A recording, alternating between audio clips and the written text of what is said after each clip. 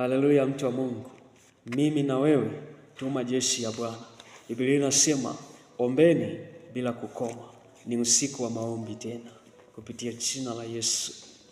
Moto uliowekwa, jehanamu uliowekwa ni kwa ajili ya shetani na mapepo ambao walimuasi Mungu. Lakini wewe sehemu yako ni katika uzima wa milele kwa sababu Mungu alimtoa mwanae Yesu Kristo akafa kwa ajili yako. Una haki ya kuingia katika ufalme wa Mungu. Lakini somo hili la spiritual network na maombi ya kuachilia mtandao wa kiroho juu yako, mtandao wa kiroho juu ya watu, mtandao wa kiroho juu ya watu. Lazima uwe na mtandao wa kiroho ili kuwasiliana na Mungu wako. Mungu gani? Kuna evil spirit, kuna Holy Spirit.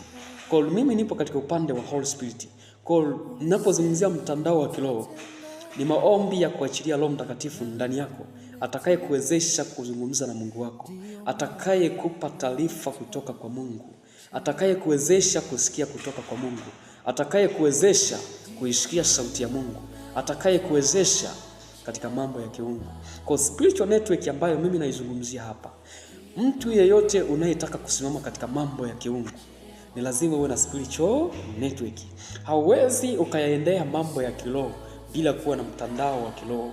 Mtandao wa kiroho katika upande wa Mungu, mtandao wa kiroho katika upande wa nuru, mtandao wa kiroho katika upande wa giza, ambao mtu yanakuwepo mapepo ndani yake yanayompa taarifa na roho ya uaguzi. That is the spiritual network in darkness. Kwa hayo ni maroho kutoka upande wa giza. Ninapozungumzia mimi mtandao wa kiroho katika upande wa Mungu, ni lazima roho wa Mungu ajae ndani yako. Hapo ndipo vita itapigwa. Hapo ndipo utakuwa mwana wa Mungu kweli kweli. Kwa kuwa wote wanaongozwa na roho wa Mungu, hao ndio wana wa Mungu. Hao mtandao unasoma full. Kwa kuwa wote wanaongozwa na roho wa Mungu, hao ndio wana wa Mungu.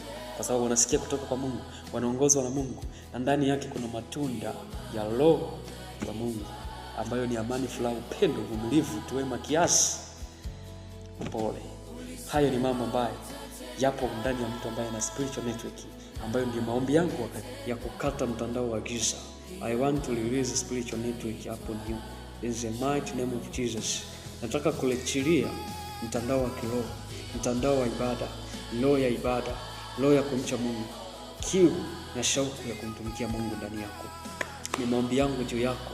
Lazima moto wa Roho Mtakatifu uwake ndani yako. Lazima nataka kuachilia moto wa Roho Mtakatifu uwake ndani yako, kuwarejesha watu kwa Mungu, kuwarejesha watu katika njia ya Mungu, kuwarejesha watu katika neno la Mungu. Wako watu mambo ya ibilisi yamekaa ndani yao, yanavuta watu kwa shetani, yanavuta watu kwa ibilisi. Acha nikwambie, nataka nikate mtandao wa ibilisi juu yako kupitia jina la Yesu. Niachilie mtandao wa kiroho katika upande wa kiungu, lakini kila mitandao ya uharibifu kwako ikatwe. Baba, katika jina la Yesu, wewe ni Mungu. Nimeungana na mtu huyu. Tazama mtu huyu anayetazama video hii. Baba, naashiria moto wa roho wako ndani yake.